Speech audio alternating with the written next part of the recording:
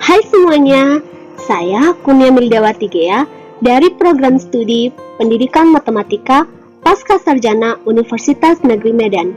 Di video ini, saya akan membahas tentang konsep dan penerapan pengambilan keputusan. Upaya meningkatkan keefektifan pemimpin terletak pada kemampuan teknis dan kemampuan konseptual yang dimiliki pemimpin. Adapun kemampuan personal pemimpin sering sekali terpinggirkan. Padahal, sejatinya, dalam meningkatkan efektivitas kegiatan manajerial dan pengaruhnya terhadap kinerja organisasi sangat bergantung pada kepekaan seorang pemimpin dalam menggunakan kemampuan personalnya. Salah satu kemampuan personal yang harus dimiliki oleh seorang pemimpin adalah kemampuan dalam mengambil keputusan. Oleh karena itu, mari kita bahas apa yang dimaksud dengan pengambilan keputusan. Beberapa pengertian pengambilan keputusan menurut pendapat ahli. Yang pertama, menurut G.R. Terry, pengambilan keputusan adalah pemilihan yang didasarkan pada kriteria tertentu atas dua atau lebih alternatif yang mungkin. Kedua, menurut Claude S. George, proses pengambilan keputusan itu dikerjakan oleh kebanyakan manajer berupa suatu kesadaran, kegiatan pemikiran yang termasuk pertimbangan, penilaian, dan pemilihan di antara sejumlah alternatif. Selanjutnya, menurut Harold dan Creel O'Donnell, pengambilan keputusan adalah pemilihan di antara alternatif mengenai suatu cara bertindak, yaitu inti dari perencanaan. Suatu rencana tidak dapat dikatakan tidak ada jika tidak ada keputusan. Suatu sumber yang dapat dipercaya, petunjuk, atau reputasi yang telah dibuat.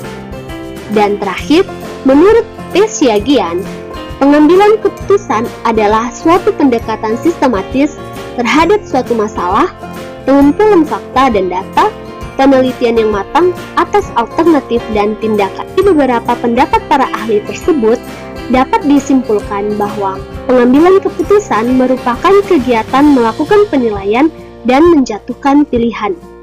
Keputusan yang diambil pastinya harus telah diperhitungkan dan melalui beberapa pertimbangan alternatif. Adapun dalam mengambil keputusan, ada beberapa tahap yang harus dilalui oleh si pembuat keputusan. Oleh karena itu, langsung saja kita bahas proses pengambilan keputusan. Proses pengambilan keputusan secara umum meliputi 7 tahap berikut.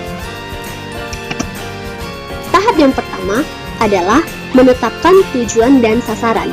Jadi, sebelum proses pengambilan keputusan dimulai, harus ditetapkan terlebih dahulu tujuan, sasaran, hasil pencapaian, dan ukuran pencapaian atas keputusan yang akan diambil. Yang kedua adalah tahap identifikasi persoalan. Pada tahap ini akan diberikan batasan dalam mengidentifikasi hal-hal yang berhubungan dalam pengambilan keputusan.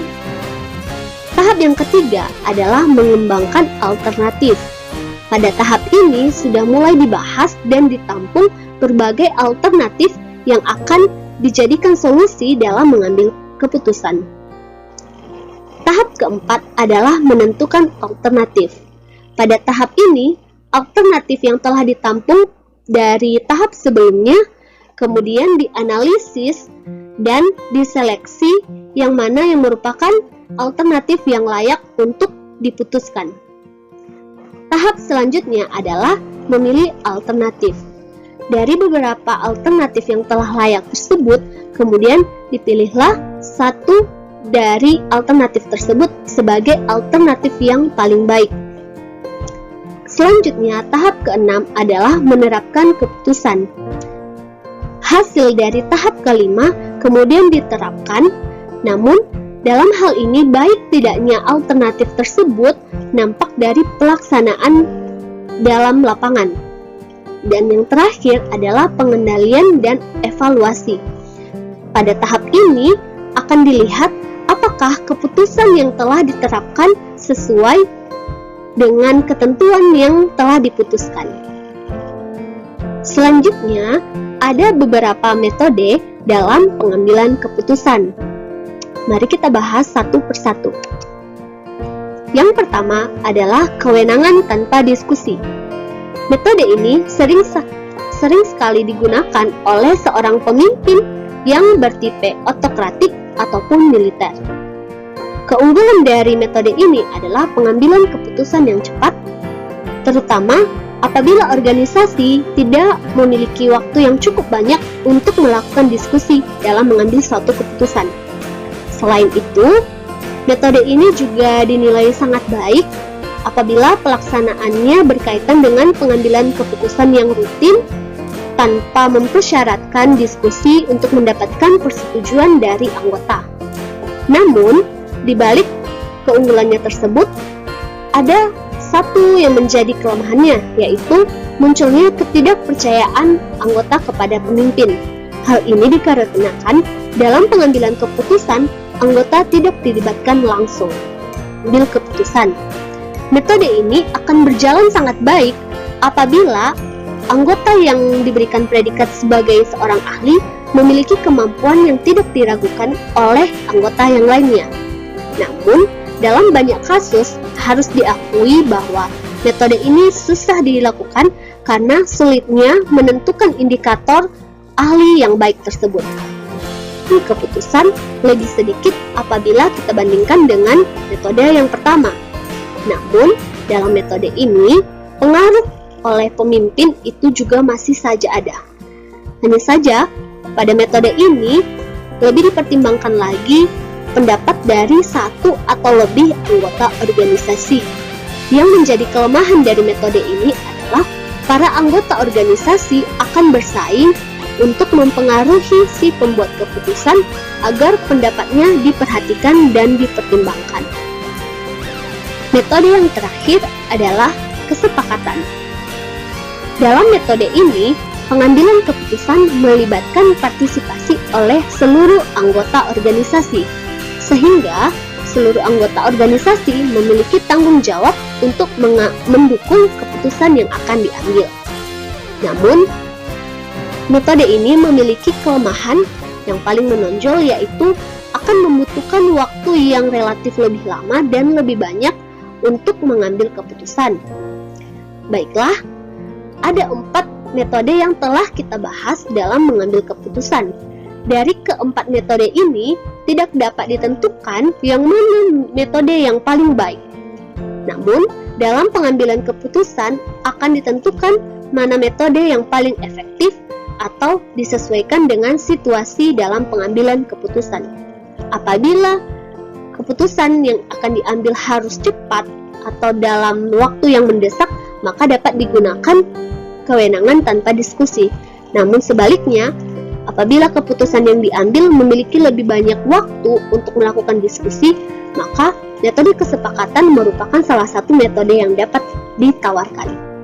Selanjutnya, rasionalisasi keputusan. Definisi rasionalisasi yang paling sering digunakan dalam pengambilan keputusan adalah bahwa hal tersebut merupakan rencana tujuan. Jika sebuah rencana dipilih untuk mencapai tujuan yang diinginkan, maka keputusan dikatakan rasional. Tetapi, masih terdapat banyak komplikasi untuk tes rasionalitas yang sederhana. Misalnya, sulitnya memisahkan rencana dengan tujuan akhir, kemudian hubungan aktivitas dengan tujuan akhir belum dirumuskan secara jelas, ataupun terdapat konflik internal dalam menentukan tujuan akhir. Yang terakhir adalah model perilaku pengambilan keputusan. Model dalam hal ini mendeskripsikan antara praktik dengan kenyataan dalam pengambilan keputusan.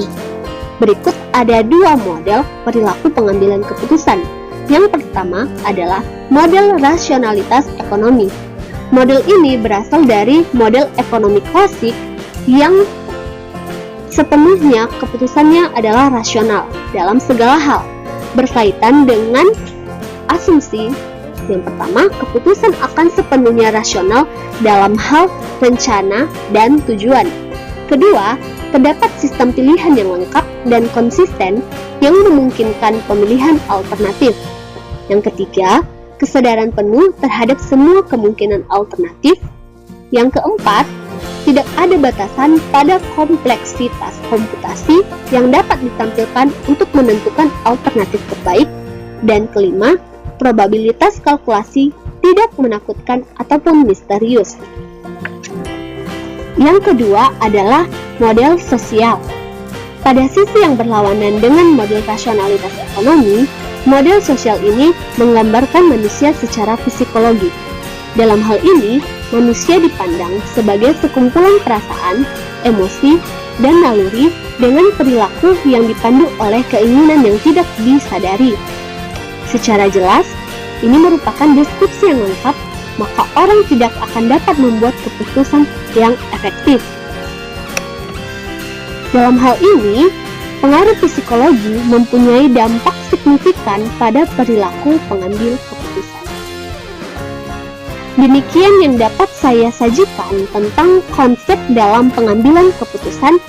Apabila terdapat kekurangan, saya mohon untuk dimaklumi. Atas perhatiannya, saya ucapkan terima kasih.